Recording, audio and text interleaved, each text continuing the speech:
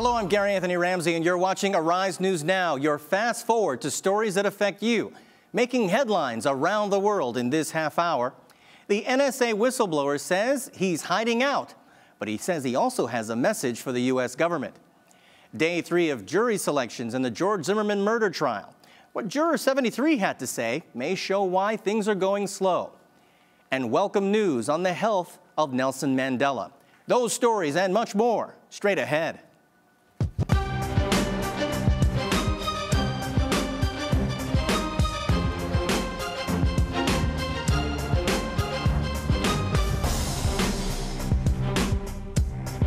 The man behind the leak into government surveillance programs is no longer in a Hong Kong hotel. He's instead hiding out. Meantime, Washington lawmakers are digging deeper into the secret program and are asking the NSA some tough questions. Christina Brown has our report. Edward Snowden hasn't been seen since he checked out of a Hong Kong hotel Monday, but he says he's not hiding from justice.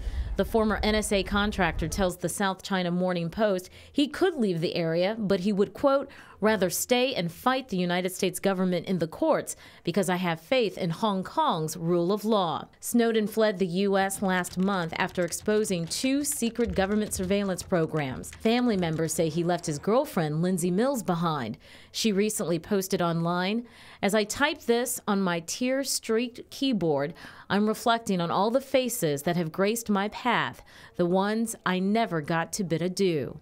Mills' father says the couple dated for more than 4 years. He's always had strong convictions of right and wrong, and it kind of makes sense, but still shocking. The director of the National Security Agency, General Keith Alexander, testifies before a Senate committee today. This follows a closed-door briefing NSA officials gave lawmakers on Tuesday.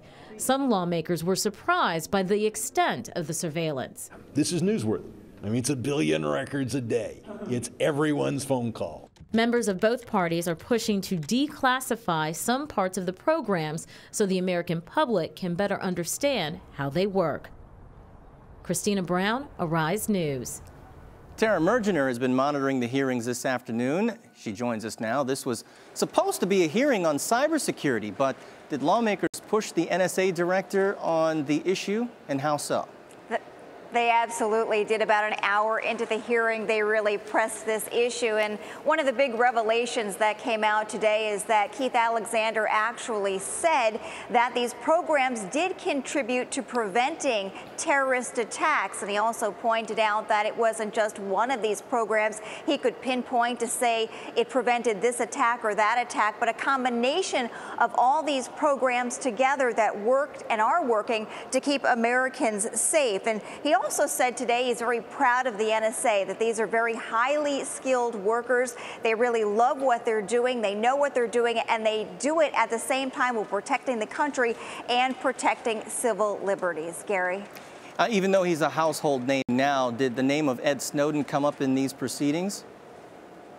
It certainly did, absolutely. And he was responding, Keith Alexander, to the concerns of some senators why Edward Snowden, who some say had a very spotty educational record, they say he had a relative lack of IT experience, could have all this access to all this information. Snowden has claimed that he could wiretap anyone from your mother to your father to the president or a federal judge. Now, of course, Edward Snowden has said that. Keith Alexander says that is absolutely not the case. Also, he talked about the needs for these policies to be reviewed. Who has access to all this classified information? And if anything comes out of this, we need to take a look at who can access these records and wiretap folks. Gary? Now, in public polls, there's been a measure of outrage in the public about what we've learned in recent days. Did you find any of that from lawmakers on the Hill? Absolutely. I mean, it's very spirited on both sides. Some folks are very upset about what happened. Some are very, eager to get the information out about these programs, think it will be valuable to the American public. I think Americans in general were shocked, I think, that they had access to all this.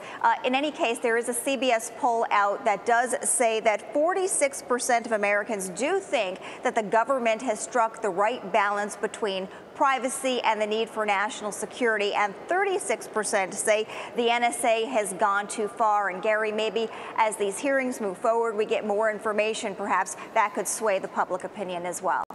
Tara Mergener on Capitol Hill, thank you so much. You're welcome.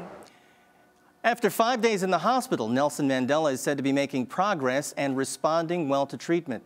All this while prayers for a healthy return are widespread across the world. Kelsey Miner has our report. South African President Jacob Zuma delivered the welcome news to Parliament. I'm happy to report that Madiba is responding better to treatment from this morning. Former President Nelson Mandela, who is 94, is spending a 5th day in a Pretoria hospital fighting a lung infection. His wife, Garsa Michelle, has been at his side.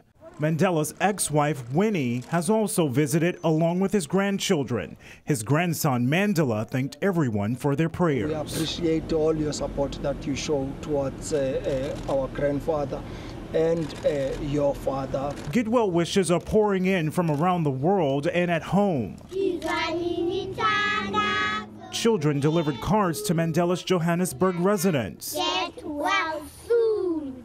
Mandela's lung problems developed during his nearly 3 decades in prison. He was sentenced exactly 49 years ago for conspiring to overthrow the apartheid government. Mandela became South Africa's first black president after his release. He won the Nobel Peace Prize in 1993. We are so proud to call him our own. This is Mandela's 4th hospital stay since December. Millions are praying he will be home soon. Kelsey Miner, Arise News. For the latest on former South African President Nelson Mandela's condition, stay with Arise News. Now on to our continuing coverage of our other big story, the killing of Trayvon Martin, the trial of George Zimmerman. Day 3 of jury selection so far is summed up in this exchange with potential juror number 73 about why the case may be taking so long. I think I felt that there probably were not the racial overtones in the actual event that the national media seemed to want to make because of Sanford's past. Okay. So I think a little bit was misplaced. So you felt it was unfair in terms of how Sanford was being portrayed in the national media? Would that be fair? I did. Okay. Speculated whether Mr. Zimmerman was using a racial epithet. Right. Okay. And is that what you're referring Yes. to? And how did you feel about that and the way that was handled? It seemed like perhaps his words had been twisted or soundbited to say something that he hadn't really said. Are you satisfied that he did not make a racial-based comment on that recording? I think I would have to hear it again before I made that comment. I don't recall the entire set. I just remember that I think somebody from one of the networks got fired as a result of slanting the news. The jury selection process is expected to take up to 2 weeks, as Dean Leroy Purnell from Florida A&M's College of Law and trial lawyer Professor Jennifer Zadilis from Levin School of Law at the University of Florida told W. Purner Bell why. This will be a long process. This case has raised a lot of interest in our community and across the nation, and the attorneys in this case on both sides have to work very hard in jury selection. It's going to be a long process, so I'm not surprised. And what's your assessment of what we've learned so far? I mean, there's been some very interesting banter back and forth, and not really banter, but questioning between the lawyers and the potential jurors. What's your assessment of how it's going? I think it's going well, and the reason I say that is because the jurors appear to be talking, and any time that you have your potential jurors, I should say, any time that your potential jurors are expressing their views, letting the attorneys and the court know what they've heard about the case, whether that has affected their ability to be an impartial juror, There's been a little bit of humor, as you mentioned earlier. The jurors are talking, and any time that you have jurors who are willing to talk and share their views, and it sounds like these folks are being forthcoming, I think that's good. Leroy, let me bring you into this. There were only 10 jurors questioned yesterday and only 4 the day before. This seems like a painfully slow process. Will the pace pick up over time? Well, I think that the pace will pick up some. This is a tough case in terms of trying to make sure that pre-trial publicity has not unduly affected the need to have an impartial jury. So the court is going to take its time with getting at least the veneer together so that they can begin the process of actually selecting potential jurors. And so I think you'll see, you'll probably see that pace pick up more, maybe double what it is now, but it's still going to take some time. And tomorrow on Arise America, we'll hear from Sanford pastors and their role once the trial gets underway. Taking a look now at other stories making headlines across the United States. An unusually massive line of storms packing hail, lightning, and tree-toppling winds today could affect more than 1 in 5 Americans as it rolls from Iowa all the way to Maryland. Meteorologists were even warning about the possibility of a weather event called a derecho, which is a storm system of strong straight-line winds. The same winds pushing that storm across the Midwest helped fuel 4 out-of-control wildfires burning in Colorado. One of these fires has already burned 7,500 acres and destroyed nearly 100 homes. Debbie Turner-Bell shows us the damage. Fire officials say they have zero containment of a large wildfire burning near Colorado Springs as flames continue to destroy homes. The flames were right there, right there. The Black Forest wildfire broke out Tuesday, quickly destroying dozens of upscale residences. More than 2,000 homes have been evacuated. The enormity of the fire in half a day. It's hard to comprehend. Authorities have been moving helicopters, planes, and water tankers into the area to battle the blaze. That fire is far from under control. The wind, which was calm this morning, is picking up again. Officials say at least 80 homes have burned down, and that number is expected to increase. If the winds do double back on us, property that we felt or that we identified as being salvaged or unaffected, it could very easily be consumed by the fire today. The Black Forest wildfire is one of several raging throughout Colorado. At one fire near the famous Royal Gorge Bridge, flames forced campers to flee. You could see the flames behind the bridge and everything. The Royal Gorge fire also forced the evacuation of hundreds of inmates from a state prison because of the heavy smoke in the area. The prisoners were taken to other facilities. No one has been hurt. Debbie Turner-Bell, Arise News. Now some good news in a story we first told you about last week. The 10-year-old Philadelphia girl who won a court order to get an adult lung got one today. Sarah Murnigon's mother posted to her Facebook page saying today is the start of Sarah's new beginning and new life. The family said they are beyond excited and call the donor a real hero. You're watching Arise News Now.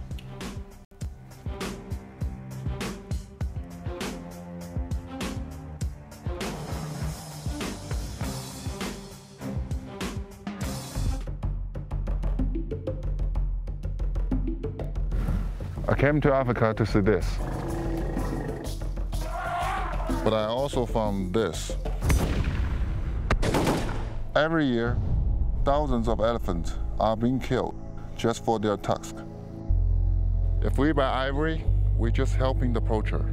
So please, don't do it, because when the buying stops, the killing can too. Demonstrators retreated from an Istanbul protest Wednesday after a night of running battles with riot police. As Emmanuel Balan reports, the clampdown may have succeeded in finally clearing the square. Istanbul's Taksim Square, the focal point of recent anti-government demonstrations, puts on a semblance of normality. A major clean-up operation overnight, removing evidence of the crackdown by police on protesters the day before. It took a potent mix of water cannon, rubber bullets and tear gas to clear the square, demonstrators responding with fireworks, bottles and Molotov cocktails. The assault by police took many by surprise after Prime Minister Erdogan said he wanted dialogue with protest leaders. Every day we wake up with a heavy heart, not knowing what law he'll throw at us.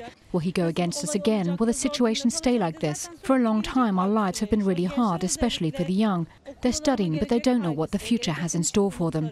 I've come from work, but just after people have had time to breathe, they fire tear gas again and are spraying people with water cannons. They say they will not touch Gezi Park, but I no longer believe that. It was the campaign to save Istanbul's Gezi Park and the resulting heavy-handed police crackdown that sparked nationwide protests nearly 2 weeks ago. Other towns, including the capital Ankara, have since seen multiple clashes. Riot police there using gas, pepper spray and water cannon against protesters. Methods being observed closely by the wider world. Italy and Germany have already voiced concerns over disturbing police tactics.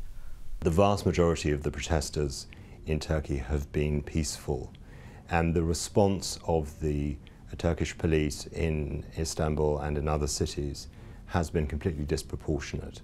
We think it's something that requires an independent investigation. Erdogan has said on television that 4 people, including a policeman, have died in the unrest, and around 5,000 demonstrators are also thought to have been injured. But with the determination of protesters to continue as strong as that of the Prime Minister to quash what he sees as an illegal uprising, this toll may well rise. Time now to take a look at other stories capturing headlines around the globe in the Arise News Now World Wrap.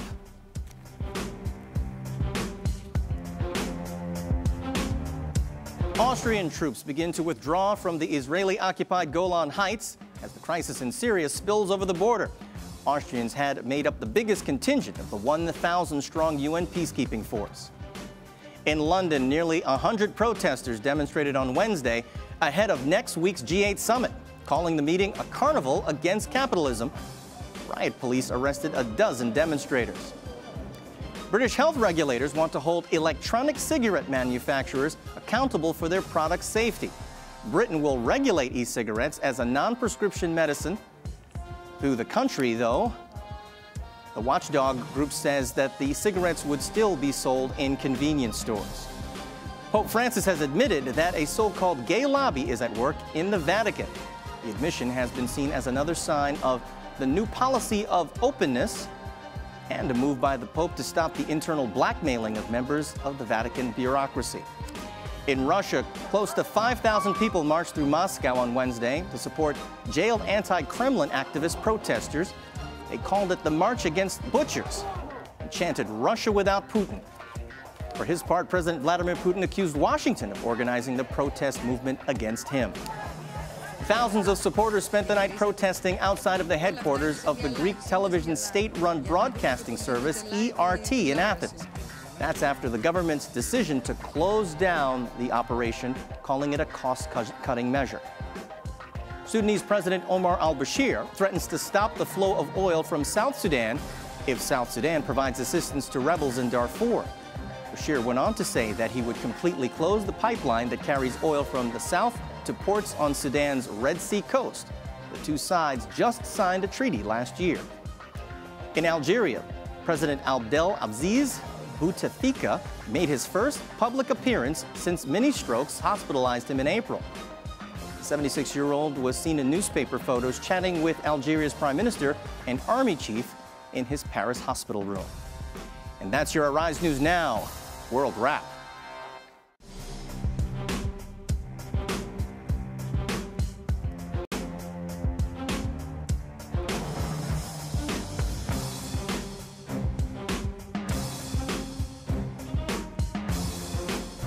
When my daughter was little, she would often wake up at night and ask for a glass of water.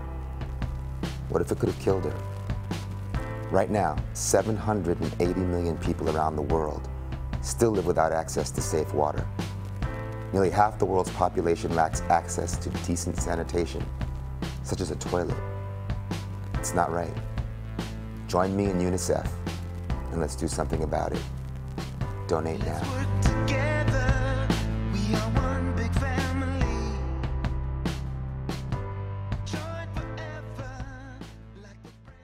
24 seconds.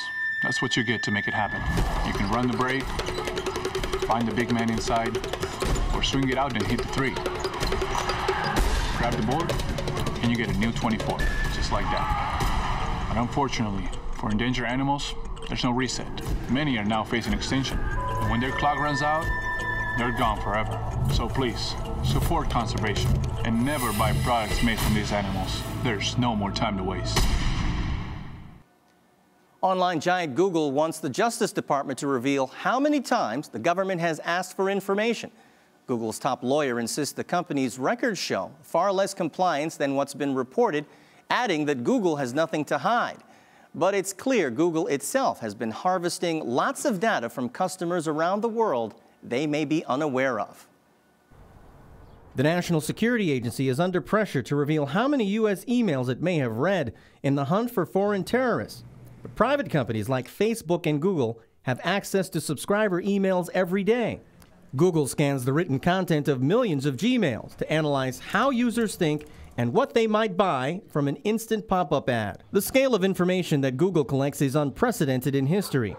An estimated 50 million Americans use Gmail, all of which is scanned. Everything you type on Google itself is recorded. Chances are, if you use a smartphone, Google knows where to find you. Google and other private companies collect so much personal information to unlock patterns about what you might want to buy and learn about where you are. Facebook closely follows what you like to learn and what your favorite products are. Private corporations are collecting data in order to market to you. That's their goal, in order to make a profit. Technically, users of Gmail give Google permission to scan their emails in a document called Terms of Use that very few people read. But millions of Americans now concerned about the government tracking them online have given that right to Facebook and Google, sometimes without being aware. Now for a look at some other stories in the world of business. More Americans are quitting their jobs. The Labor Department says that the number of people quitting their jobs jumped more than 7% to 2.25 million. Sales of George Orwell's classic 1984 have jumped 292%. Last Friday, President Obama referenced the novel in his defense of the NSA spying program. I'm Gary Anthony Ramsay, and you're watching Arise News Now.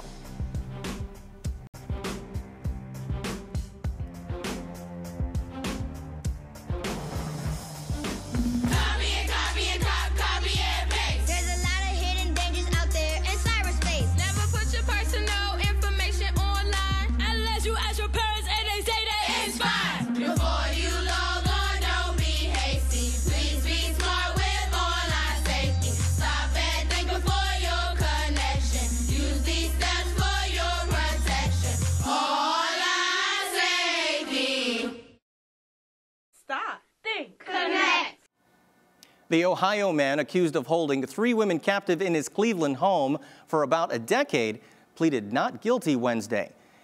Ariel Castro faces literally hundreds of charges, including rape and kidnapping. He's been charged with kidnapping the 3 women and keeping them, sometimes restraining them in chains, as well as keeping captive the 6-year-old girl that he fathered with one of his victims. One of San Francisco's famed streetcars collided with a bus. That accident injured at least 19 people, including 15 children who were on a field trip. It appears the streetcar apparently rear-ended the bus. And the 97-day search for missing schoolteacher Terralyn Manette ended on Saturday when her car was found submerged in a New Orleans city park. Debbie Turner-Bell has more. As the tail end of the missing black Honda broke the surface of the water on Saturday, onlookers at the edge of the bayou wept with the somber truth. The body of 26-year-old Terralyn Manette was found in the car. Missing since March, the schoolteacher disappeared after a night out with friends. The medical examiner says the cause of death was drowning, and authorities do not suspect foul play. I don't think I will ever have closure. Monette's sister is upset that her body had been overlooked more than once. We've been here several times, and we walked right past my sister, right past her. So that really, really makes me angry. Unbelievable. We were out here and they searched these waters. The first week, the guys from Texas searched the waters. I don't know what to say. Unbelievable. We never thought it would end this way. Tow trucks had dredged this same bayou on more than one occasion, uncovering a cemetery of abandoned vehicles, but no trace of Monette until now. The break in the case came when volunteer diver Mark Michaud, working on his own time, decided to again search the bayou. But this time, with the aid of sonar, he honed in on a submerged Honda that turned out to be the missing woman's. Michaud said he did it for Monette's mom. She's got her baby. She knows where she is. Now she can start her process of getting on with her life, of knowing where her baby is. She's never going to have to, from this day forward, not know where she is. Third graders in Monette's class learned a lesson too early in their young lives about life and death. New Orleans Mayor Mitch Landrieu. I think our thoughts and our prayers go out to them. You know, one of the things that happened after this, the entire community came together and I think figuratively hugged this family and tried to stay with them. The Monette family extend their deepest gratitude to the people of New Orleans. And now, after 98 days of waiting, the family can begin to grieve the woman who had so much promise. Debbie Turner-Bell, Arise News. In your Arise News Now flashback, 50 years ago today, the U.S. Civil Rights Movement lost one of its leaders. 37-year-old NAACP Secretary Medgar Evers was fatally shot in the back outside of his home in Jackson, Mississippi. Evers had just left his car after attending an integration rally at a church. The gunman, a self-proclaimed white supremacist, was tried twice for the shooting death in 1964, but was acquitted both times. It wasn't until 1994 that he was convicted and sentenced to life in prison. You're watching Arise News Now.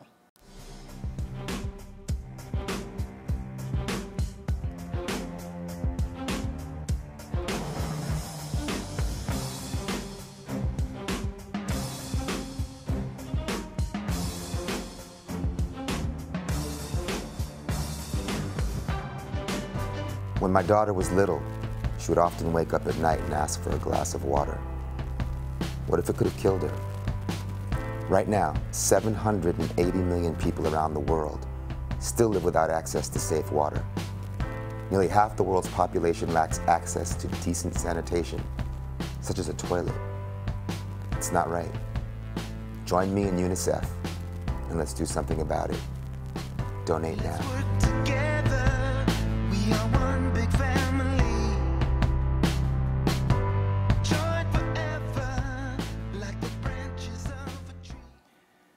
Damascus comes to life in the Emirates as a team of Syrian actors work on a soap opera. It's a movie set that is far away from their war-torn home. Mumin Khatib reports. The latest Syrian drama is taking place off the battlefield. Here in the Abu Dhabi desert, the Syrian soap opera Hammam Shami, or Damascus Bath, is being filmed far from the war-torn land it's set in. Accessories for the set were shipped in from Damascus. A traditional hammam, or bath, was created in fine detail for a scene set in the 1950s. The authenticity of the decor made me feel I was in Syria. I was touched. I started crying and I felt that I was back in my own country.